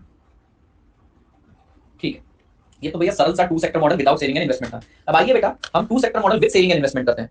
टू सेक्टर मॉडल, सर ये खत्म भी हो गया? हाँ, two sector model with saving and investment. बेटा आज सिर्फ सुन के लो, कल मैं सारी चीजें इकट्ठा आपको कोलेट करवाऊंगा, आज सिर्फ सुन के लेना है। Sir two sector model with saving and investment, आइए इसको अच्छे से समझने की कोशिश करते हैं। पहले तो आप मुझे टू सेक्टर मॉडल क्या होता है ये बताइए। जैसे जैसे मैं बोलता हूं आप उसको रिलेट कर पा रहे हो और लिख पाओगे क्या? देखो बेटा, टू सेक्टर मतलब हाउस होल्ड और दूसरा है फर्म। तो टू सेक्टर मॉडल में क्या होता है? House hold sector provides factor services to the firm, factor services to the firm. इसके बदले उसको क्या मिलता है? In return of this factor services he get factor payment, factor payment. ठीक है, ये तो भैया सरल सा टू सेक्टर मॉडल था तुम्हारा, कोई तकलीफ इसके अंदर? सर ये तो पूरा किया नहीं आपने। हाँ मेरे को पता है मैंने पूरा नहीं किया। अच्छा अब जरा ध्यान दीजिएगा बेटा, एक प्रूडेंट व्यक्ति कभी भी सारा का सारा पैसा एक्सपेंड नहीं करता है, एक्सपेंड नहीं करता है। वो क्या करता है बेटा, वो करता है सेविंग्स। अब आप मुझे बताइए वो सेविंग्स क्यों करता है? सर वो सेविंग्स नहीं बेटा, एक हाउसहोल्ड सेक्टर कभी भी सेविंग्स ही करता है, इन्वेस्टमेंट नहीं करता है। पर क्या बात कर रहे हो सर, हाउसहोल्ड सेक्टर वाले लोग स्टॉक मार्केट में इन्वेस्ट नहीं करते? बेटा वो जो इन्वेस्टमेंट करते हैं ना, वो बेसिकली सेविंग्स है। वो जो इन्वेस्टमेंट करते हैं वो सेविंग है, नाम इन्वेस्टमेंट का है, पर हम क्या कर रहे हैं, सेव कर रहे हैं। और यही काम अगर कोई फर्म करती है एक्सपांशन की, तो उससे बोला जाता है इन्वेस्टमेंट। तो भले आप बोलो कि मैं स्टॉक मार्केट में इन्वेस्ट कर रहा हूं, your primary intention is of saving your income और इन्फ्लेशन बीट करना। Of sir house hold 3 category के लोग आएंगे, 3 कैटेगरी मतलब कौन कौन से? आज talking about land labour capital, primary secondary tertiary बात कर रहे हो? सभी होंगे बेटा, सभी होंगे। वो service provider, factor service provider है। फैक्टर बेटा, फैक्टर सर्विस समझते हैं क्या आप लोग? ये फैक्टर प्रोडक्शन प्रोवाइड करते हैं। House hold sector basically factor production provide करता है। ध्यान से सुनो बेटा, तुम्हें क्या लगता है सारा का सारा पैसा हम लोग एक्सपेंड कर देते होंगे क्या? नहीं, एक प्रूडेंट इंसान सारा का सारा पैसा एक्सपेंड नहीं करता है। वो क्या करने लगता है बेटा, वो चालू कर देता है सेविंग्स। ठीक है, एक पे जाता है, औरत को बुलाता है, आटे के डब्बे के अंदर बेटा 500 के नोट रखना चालू कर देता है। ठीक है, एक 500 का नोट रखता है, एक 200 का नोट रखता है, और उम्मीद करता है कि कुछ महीने बाद 100 रुपए का नोट बच्चे के तौर पे पैदा हो जाए।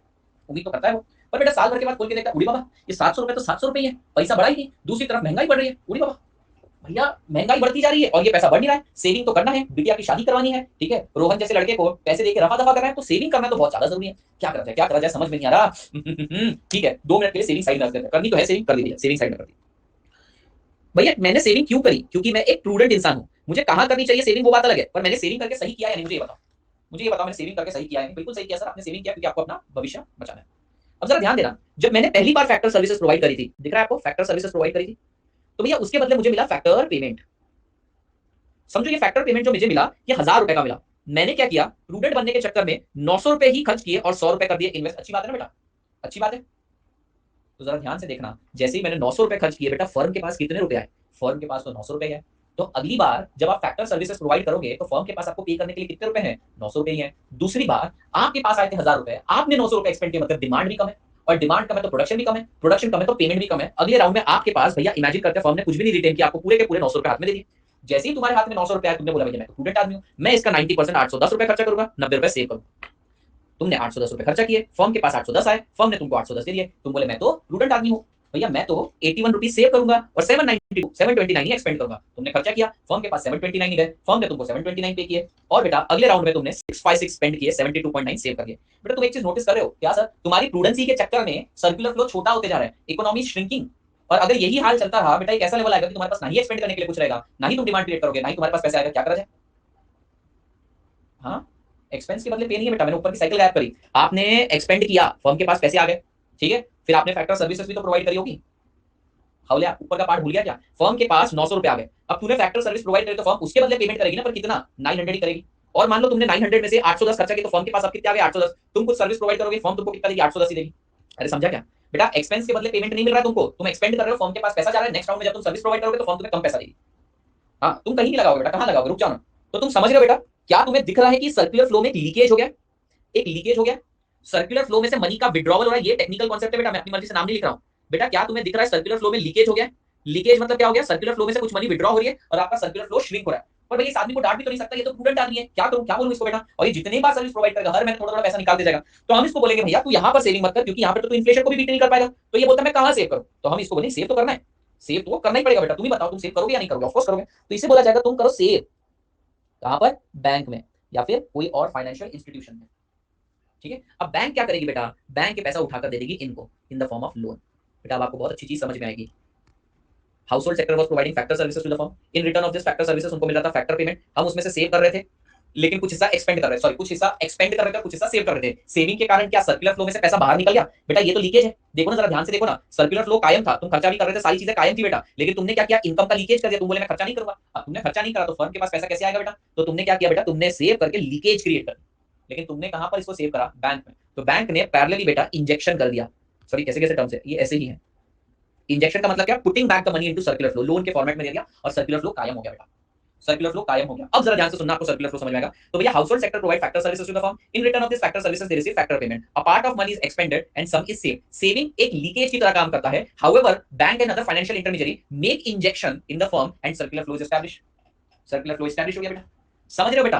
तो भैया इस लीकेज को, सेविंग्स को लीकेज बोलते हैं। ध्यान देना, ये जो तुमने सेविंग्स करी ना बेटा, ये लीकेज थी, पर जो इसने वापस इन्वेस्ट करवा दिया ना, ये बेटा इंजेक्शन है। बात समझ में? अब मैं तुम्हारे सामने एक छोटा सा कॉन्सेप्ट रखता हूं, तुमको समझ में आएगा, देखना। मान लो बेटा ये पानी का पाइप है, तुमने इसके अंदर पानी डाल दिया बेटा, क्या ये पानी कांस्टेंट रहेगा? पानी अंदर घूमे जा रहा है, क्या पानी कांस्टेंट रहेगा? पर मान लो मैं इसमें से ना एक लीकेज क्रिएट कर देता हूं, पतली सी लीकेज की धार क्रिएट कर देता हूं, क्या ये पानी कम होते जाएगा? धीरे धीरे कम होते जाएगा। क्यों कम हुआ बेटा? लीकेज। तो हमारे इस केस में आप जो सेविंग करते हो लीकेज, और लीकेज से क्या होता है? सर्कुलर फ्लो श्रिंक होता है, ठीक है। लेकिन जितना लीकेज हो रहा है अगर मैं उतना ही इंजेक्ट कर दूं तो सर सर्कुलर फ्लो कायम रहेगा। तो सर अगर saving is equals to investment, leakage is equals to injection, circular flow कायम रहेगा। अब जरा ध्यान से सुनना बेटा, अगर मैं इंजेक्शन बढ़ा दूं तो सर, अगर आप इंजेक्शन बढ़ा दोगे मतलब इनफ्लो बहुत ज्यादा है, आउटफ्लो बहुत कम है, सर ऐसे समय सर्कुलर फ्लो बढ़ जाएगा, पानी बढ़ जाएगा। लेकिन अगर विपरीत दिशा में बोलूं, इंजेक्शन कम है और लीकेज ज्यादा है, तो सर्कुलर फ्लो कम होता जाएगा।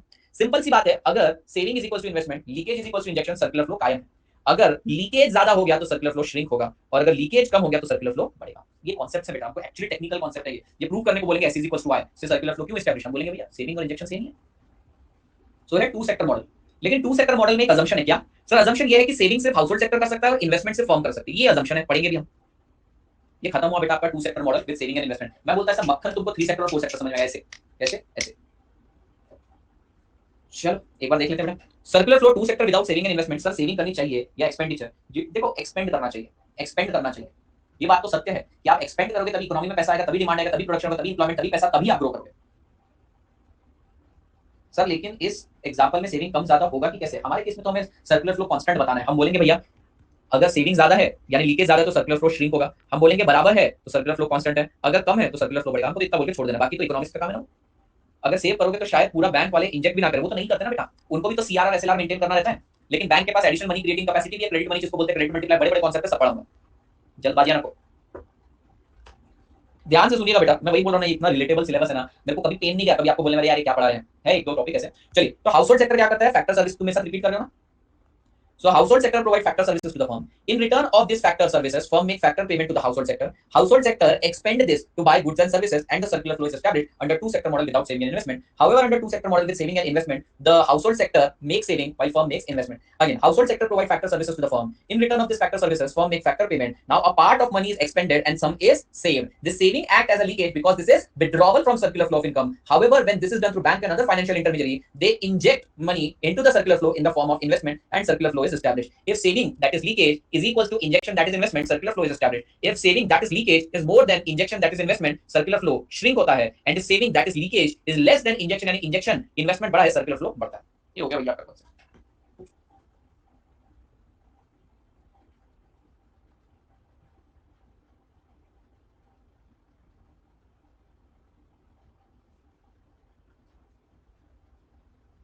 मजा आ गया। अब मैं चाय पी के आता हूँ, फिर 3 और 4 निपटाते हैं, कल रीड करेंगे इसको, दिन बन गया। मेरा सबसे फेवरेट टॉपिक है बेटा फिस्कल पॉलिसी, पब्लिक फाइनेंस, इतना मजा आता है। और पढ़ाने में आसान कौन सा है? Monetary policy. और सबसे इजी बच्चों को लगता है नेशनल इनकम। 4 में से 3 तो ऐसे ही खत्म हो जाते हैं। सब सब पिद्दी टॉपिक है बेटा ये। बच्चे ना घबराते हैं, बोलते हैं साला क्या क्या बन रहा है, कुछ समझ में नहीं आ रहा। देखो बेटा तुम्हारे सामने पूरा सर्कुलर फ्लो चल रहा है, ठीक है। मैं आता हूँ चाय पी के, फिर 3 सेक्टर पढ़ते हैं। इंटरनेशनल ट्रेड तो खैर 3 यूनिट उसके अच्छे हैं। चलिए मैं चाय पी के आता हूँ ना। कितनी देर में रिज्यूम करेंगे? 3 से 4 मिनट में रिज्यूम करते हैं। देखो अभी हुए 40 टू 47 पे आता है, ठीक है। आजा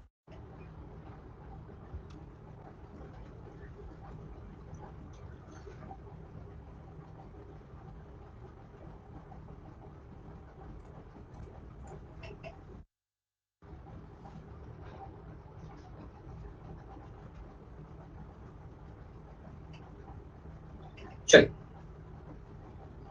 महाराष्ट्र में रहिए, हमारा ये बंधु पूछे भैया डाउट सेक्शन। लो भैया, लो भाई साहब आ रहे हैं तब तक। ये खा लो, क्या है? आपलम चापलम, अरे क्या खाते थे आपलम चापलम, ऐसे नाम की चीजें भी क्यों आती? क्या है ये चीजें भी क्यों लेकर आते हो? चलिए आगे बढ़ते हैं बेटा। चलिए 3 सेक्टर को समझते हैं, क्या बात कर सकते हैं 3 सेक्टर को? हाँ बिल्कुल। कैसा है? स्टार्टिंग ही थोड़ा अजीब लगा, इसको देखा नहीं मैंने, देखने के बैठा तो था। चलिए भैया 3 सेक्टर करें सर, करो बेटा। 3 सेक्टर में भी सबसे पहले हाउसहोल्ड सेक्टर रहेगा और फर्म रहेगी। लेकिन इस बार एक और इसके अंदर सेक्टर इंट्रोड्यूस हो जाएगा, गवर्नमेंट सेक्टर। अब आपको गवर्नमेंट को पहले समझना पड़ेगा बेटा। गवर्नमेंट का मतलब होता है वो बॉडी जो गवर्नेंस का काम करती है। जो defence, law and order, peace maintain करने का काम करती है, जो एक मशीनरी है जो पूरे देश को चलने में मदद करती है। अब भैया गवर्नमेंट के कुछ कंपनीज रहती है जिसे हम बोलते हैं पीएसयू, पब्लिक सेक्टर अंडरटेकिंग, पता है आप लोगों को? जैसे भेल, गेल, सेल, ये सब क्या हो गए? गवर्नमेंट की अंडरटेकिंग है, गवर्नमेंट की सब्सिडीज है। एसबीआई बेटा वो यहाँ पर नहीं आएगी, वो फॉर्म में नहीं आएगी। क्या बात कर रहे हो सर? वो तो गवर्नमेंट कंपनी नो। बेटा यहाँ पर जब मैं गवर्नमेंट बोल रहा हूँ उसका मतलब है कि गवर्नेंस वाला। अगर गवर्नमेंट कोई प्रॉफिट मेकिंग एक्टिविटी कर रही है तो वो इधर फर्म में जाके बैठेगी, वो गवर्नमेंट ओन्ड फर्म है। बात समझ में आया आपको? समझ रहे क्या? नवरत्न तुम्हारे ओएनजीसी, आईओसीएल। तो गवर्नमेंट का यहाँ पर प्योरली मतलब क्या हो गया बेटा? जो गवर्नेंस का काम करती है। सर जैसे आरटीओ हो गया, इनकम टैक्स ऑफिस हो गया बेटा आप लोगों का, रेवेन्यू डिपार्टमेंट हो गया, और पब्लिक वर्क का हो गया बेटा, जल बोर्ड जो आपका रहता है, वाटर का डिपार्टमेंट जो भी बोलते हैं उसको, ये सारी चीजें क्या है? ये सब आती है बेटा। ये है आपका third sector. So under third sector government is there, parliament उसके फंक्शन, पार्लियामेंट और पार्लियामेंट्री फंक्शन। अब सर क्या ट्रांजैक्शन होते हैं? ध्यान से सुनना बेटा, अब ये मजेदार पॉइंट आ रहा है बेटा। पहले हम ओरिजिनल सर्कुलर फ्लो को एस्टैब्लिश कर लिया हमारा। सो भैया house hold sector provide factor services to the firm. भैया क्या प्रोवाइड करते हैं? थोड़ा सा क्लीन बनाने की कोशिश करता हूं मैं।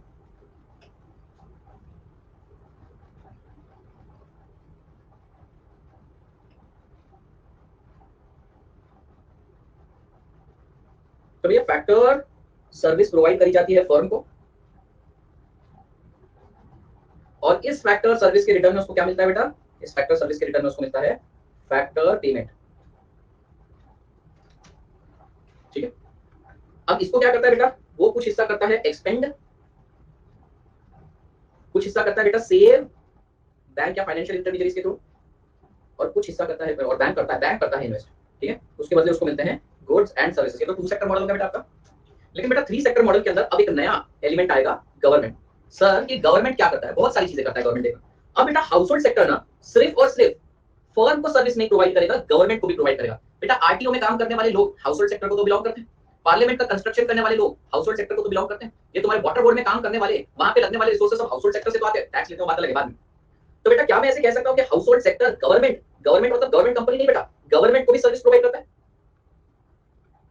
और क्या इसके बदले उनको भी पेमेंट मिलता है बेटा? इनके घर पे भी पैसा आता है। समझो मैंने कोई सर्विस प्रोवाइड करी बेटा, मैं वहां पे जॉब करता हूं, मैंने मेरी सर्विस प्रोवाइड करी, क्या मुझे उसके बदले पेमेंट मिलता है? Yes sir, you get payment as well. Factor मतलब फैक्टर ऑफ प्रोडक्शन।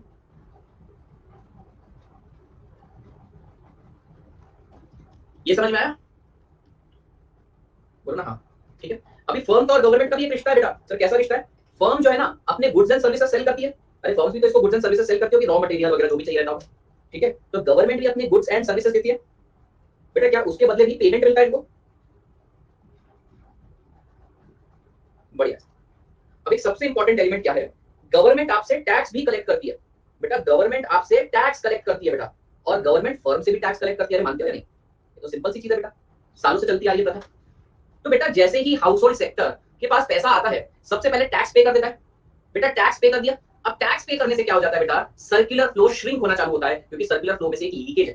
तो जिस तरीके से टू सेक्टर में सेविंग एक लीकेज था, थ्री सेक्टर में बेटा सेविंग्स प्लस टैक्सेस ये लीकेज है। और साथ ही साथ गवर्नमेंट तुमसे सर्विसेज और गुड्स भी तो लेती है, उसके बदले तुम लोगों को पेमेंट भी तो करती है बेटा। गवर्नमेंट ने तुमसे सर्विसेज लिए और उसके बदले पेमेंट भी तो लिया ना बेटा तुमने उनसे। तो बेटा गवर्नमेंट के पास से पैसा आया, तो don't you think this is injection? Don't you think बेटा ये इंजेक्शन है? गवर्नमेंट आपसे पैसा लेती है टैक्सेस के फॉर्म में, तो लीकेज है। गवर्नमेंट आपसे माल खरीद के आपको पैसा देती है, वो इंजेक्शन भी तो है। तो बेटा इन्वेस्टमेंट प्लस गवर्नमेंट स्पेंडिंग ये आपके लिए इंजेक्शन है। करेक्ट कैसे करते हैं मतलब समझा नहीं मैं? ये है आपका थ्री सेक्टर लीकेज को। बेटा सुनना, गवर्नमेंट तुझसे पैसा लेती है, गवर्नमेंट हर साल बजट देती है बेटा, हर साल बजट लेती है। बजट में गवर्नमेंट कितना टैक्स कलेक्शन होने वाला है, मतलब इकोनॉमी से पैसा कितना सक आउट करेंगे बेटा, वो ले लेती है। और गवर्नमेंट खर्चा भी तो करती है, असल उल्टा ज्यादा खर्चा करती है। हमारे केस में गवर्नमेंट का इंजेक्शन ज्यादा है बेटा, मजदूरों को पेमेंट करेगी, लोगों से माल खरीद के उनको पेमेंट देगी। तो गवर्नमेंट के केस में हमारे देश के अंदर बेटा इंजेक्शन ज्यादा करती है गवर्नमेंट, लीकेज कम करती है। क्या आपकी बात समझ में आ रही है? तो ये है करेक्शन का तरीका। अब जरा आप सोचो बेटा, लीकेज कम है, इंजेक्शन ज्यादा, तो सर्कुलर फ्लो बढ़ना चाहिए, तो हमारी इकोनॉमी का थोड़ा बहुत बढ़ने का कारण ये भी है। डेफिसिट बजट देते हैं हर साल, यस। तो ये है आपका थ्री सेक्टर मॉडल। अब भैया मैं इसमें से ये येलो कलर की लाइन हटा रहा हूं, और यहां से मैं ये वाली लाइन हटा रहा हूं। लीकेज ऑफ कोर्स बेटा, लीकेज से सर्कुलर फ्लो कम होगा, नेशनल इनकम कम होगी, मतलब जीडीपी कम होगा। चलिए अब मैं आपको ये पूरी स्टोरी सुनाऊं। House hold sector provides factor services to the government and firm. हाउस होल्ड सेक्टर ने क्या किया बेटा? फैक्टर सर्विसेज प्रोवाइड करी, गवर्नमेंट को भी करी, फर्म को भी करी। In return of this factor services उनको मिलता है फैक्टर पेमेंट। हाँ या ना? बेटा हाउस होल्ड सेक्टर ने फैक्टर सर्विसेज प्रोवाइड करी, फर्म को उसके बदले मिला फैक्टर पेमेंट, गवर्नमेंट को भी प्रोवाइड करी, उसके बदले मिला फैक्टर पेमेंट। समझ गए? पहले अपन ने टू सेक्टर निकालते, फिर थ्री सेक्टर इनकॉर्पोरेट करेंगे, तरीका तो ये है। तो house hold sector provide factor services to the firm, in return of this factor services they get factor payment. Now the part of this factor payment, अब ये जो पेमेंट आया है क्या क्या करेंगे बेटा, हम इसमें से कुछ हिस्सा टैक्स भरेंगे, कुछ हिस्सा सेव करेंगे, कुछ हिस्सा एक्सपेंड करेंगे। अब ये जो एक्सपेंड किया वो तो सर्कुलर फ्लो में वापस आ गया, but savings and taxes acts as a leakage, कोई बात नहीं। अब जरा ध्यान देना, फर्म फैक्टर पेमेंट करता है बेटा हाउस होल्ड को। अब ये जो पेमेंट है उसका एक हिस्सा बेटा चला गया टैक्स के फॉर्मेट में, एक हिस्सा चला गया एक्सपेंडिचर, एक हो गया सेविंग, इनकम आपकी खत्म। बात समझ में आ गई? अब भैया ये जो सेविंग्स है ये बैंक के थ्रू चैनलाइज होगी और सर्कुलर फ्लो में आ जाएगी। Similarly firm also sell their output to government and in return of this they get payment from the government. Firm also pay taxes, household sector also pay taxes. Now it is clearly seen from this diagram कि taxes से बेटा leakage create हो रहा है, but similarly government expenditure से injection आ रहा है। So if you look at this three sector carefully, there are two leakages. Leakage का मतलब क्या होता है बेटा? Withdrawal of money from circular flow. Definition पूछेंगे. What do you mean by leakage? Leakage मतलब withdrawal of money. तो भैया leakage क्या क्या है? Saving plus taxes leakage है। और injection क्या क्या है सर? Injection है बेटा investment plus government expenditure, government spending denoted by G. तो भैया circular flow कायम कब रहेगा?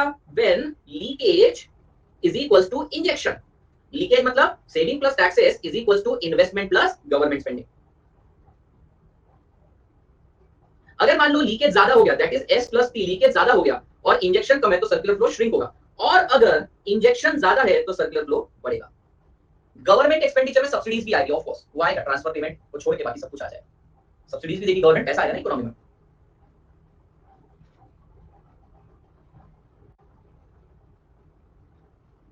समझाइए होगा थ्री सेक्टर में।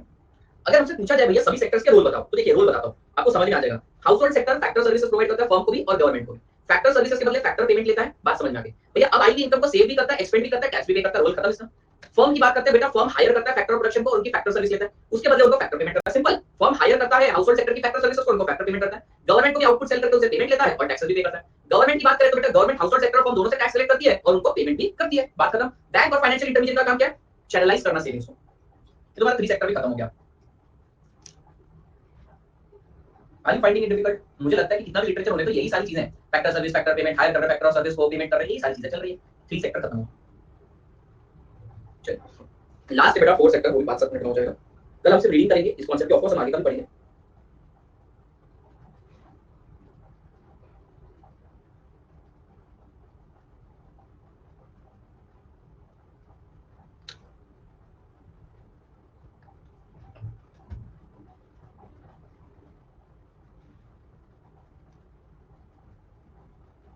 मेरे सारे बजे क्लास है बेटा।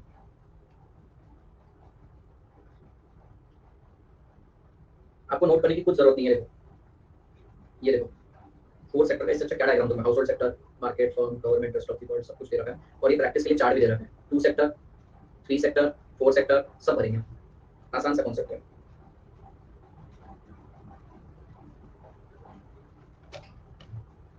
सर ने हमारे लिए कहा डेली बेसिस पर बस रिवीजन करते रहें, कुछ कुछ चीजें याद करने की भी आएगी, मैं बताते जाऊंगा। पहले ये देख लेते हैं बेटा, हाउस होल्ड सेक्टर क्या करता है? फैक्टर सर्विसेज प्रोवाइड करता है फर्म को, और फर्म क्या करता है? उसके रिटर्न में आपको देता है factor payment.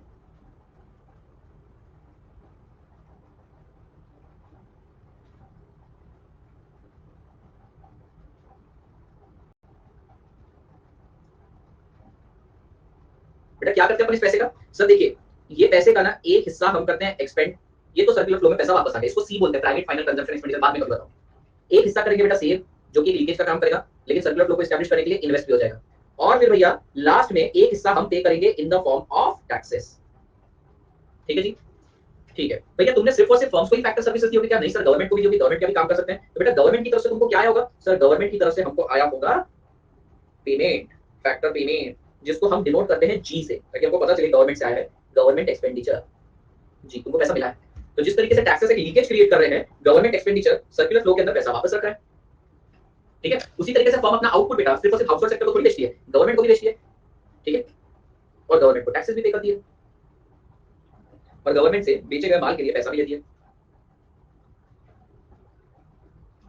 Circular flow establish है। अब भैया यहाँ पर एक लास्ट सेक्टर आ जाएगा, फॉरेन सेक्टर, जिसको हम प्यार से रेस्ट ऑफ द वर्ल्ड भी बोलते हैं। Foreign sector, rest of the world, rest of the world. Goods and services add करेंगे तो थोड़ा कंजेस्टेड हो जाएगा, वो नहीं करते हैं। तो आप समझ गए। अभी तो बहुत सारी चीजें मैंने लाइन गायब करी है। हाउस होल्ड सेक्टर ने भी गवर्नमेंट को सर्विसेज दी होगी, फर्म ने भी बेटा गुड सेल किए होंगे, वो हटा दिया। अब देखिए रेस्ट ऑफ द वर्ल्ड के साथ हमारे क्या ट्रांजेक्शन होंगे बेटा, जरा ध्यान देना।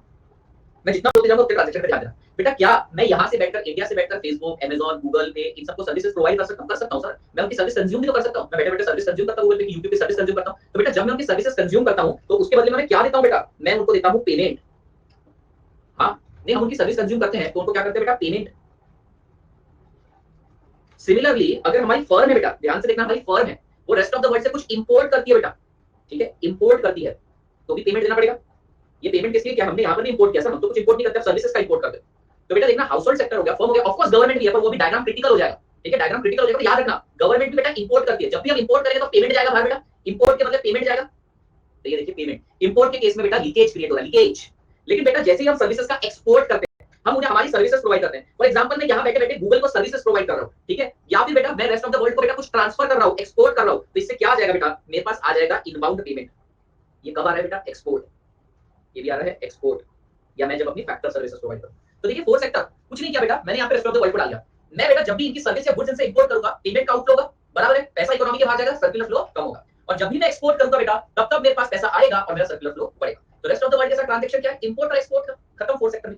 सर अब टोटल लीकेज और टोटल इंजेक्शन बताओ हमको, ठीक है, जरा ध्यान देना। अगर मैं बात करूं बेटा टू सेक्टर की, टू सेक्टर के अंदर आप मुझे बताइए लीकेज कौन सा है और इंजेक्शन कौन सा है? सर सेविंग्स जो है ना वो लीकेज है, और सर इंजेक्शन क्या है? इन्वेस्टमेंट। और सर अगर S is equal to I हो गया तो सर्कुलर फ्लो एस्टैब्लिश है, S is greater than I है, सर्कुलर फ्लो श्रिंक है, S is less than I, circular flow expand हो। थ्री सेक्टर की बात करते हैं सर। थ्री सेक्टर में लीकेज कौन कौन सा है? सर एक तो है सेविंग्स, और दूसरा है टैक्सेस, और इंजेक्शन क्या है? सर इंजेक्शन है इन्वेस्टमेंट जो टू सेक्टर से चलता है, दूसरा है गवर्नमेंट एक्सपेंडिचर, डिनोटेड बाय, इसको बोलते हैं S plus T is equal to I plus T। बेटा अगर S plus T that is leakage is equal to I plus G, injection, circular flow establish. If S plus T leakage is greater than I plus G, injection, circular flow shrink होगा। If S plus T leakage is less than I plus G, बेटा circular flow बढ़ेगा। Last देखते हैं बेटा, last है fourth sector. Fourth sector में देखना बेटा, सेविंग्स तो है ही, टू सेक्टर से चलते आ रही, टैक्सेस तो चलते आ रहे हैं, साथ ही साथ बेटा एक्सपोर्ट, इंपोर्ट लीकेज। ऐसा इंपोर्ट लीकेज क्योंकि आप इंपोर्ट कर रहे हो तो आपकी कंट्री से पैसा बाहर जा रहा है, import is denoted by M। और भैया इंजेक्शन क्या क्या है? सर देखिए टू सेक्टर में इन्वेस्टमेंट है, थ्री सेक्टर में गवर्नमेंट है और एक्सपोर्ट, ठीक है। अब जरा ध्यान दीजिएगा, if S plus T plus M is equals to I plus G plus X, circular flow establish है। If S plus T plus M is less than I plus G plus X, circular flow increase है। If S plus T plus M is greater than I plus G plus X, circular flow shrink है। बेटा लेकिन हम लोग क्या करते हैं, हम एक्सपोर्ट इंपोर्ट को साथ में लिखते हैं। तो ये M को X के साथ लेकर जाओ इक्वेशन के RHS में, तो ये M गया यहाँ से, ये M यहाँ से गया, ये M यहाँ से गया, और इसको यहाँ पर माइनस में लिख देते हैं, ठीक है, इसको बोलते हैं नेट एक्सपोर्ट। समझ गए? बाकी लॉजिक तो वही था। आपका two sector, three sector, four sector सब खत्म हो, सब with conclusion, with all the sectoral working. इस इकोनॉमी को बोलते हैं ओपन इकोनॉमी। क्यों? क्योंकि रेस्ट ऑफ द वर्ल्ड के साथ ट्रांजैक्ट कर रही है। ये क्लोज इकोनॉमी है, ये भी सॉरी, इससे पहले की सारी क्लोज थी। वंशिका समझ में आ गया? देखो मैं आपको यहां तक समझा चुका हूं। अगर ये इक्वेशन और ये डायग्राम आपको सेंसफुल लग रहे हैं, मतलब आपको कांसेप्ट आ गया। S मतलब saving plus tax plus import, ये तो लीकेज है, is equals to I investment plus government expenditure plus export, that is injection. तो सर्कुलर फ्लो इक्विलिब्रियम में, अगर लीकेज ज्यादा है तो डिक्लाइन करेगा, लीकेज कम है तो इंक्रीज करेगा, ठीक है। अच्छा पैराडॉक्स ऑफ शिफ्ट नहीं आएगा, अगर आपको कोई डाउट हो तो मैं कर दूंगा, लिख दिया, ठीक है। That's it for the day from my side. कल हम लोग करेंगे सर्कुलर फ्लो खत्म आधे घंटे के अंदर, फिर हम इसके यूनिट 2 में जाएंगे। और यूनिट 2 बहुत मस्त है भैया, मतलब ये वाला यूनिट तो मैं आपको चलते चलते याद करवा दूंगा, पूरा रट जाएगा आपको, पूरे के पूरे 4 यूनिट। यूनिट 2 खत्म, 3 लिखने की भी जरूरत नहीं पड़ती, उसको तो प्रैक्टिकली आता है, और 4th यूनिट तो डेरिवेशन है, इसमें पूरे मार्क्स आएंगे, ठीक है। ओके, चलो that's it for the day from my side, thank you so much, take care.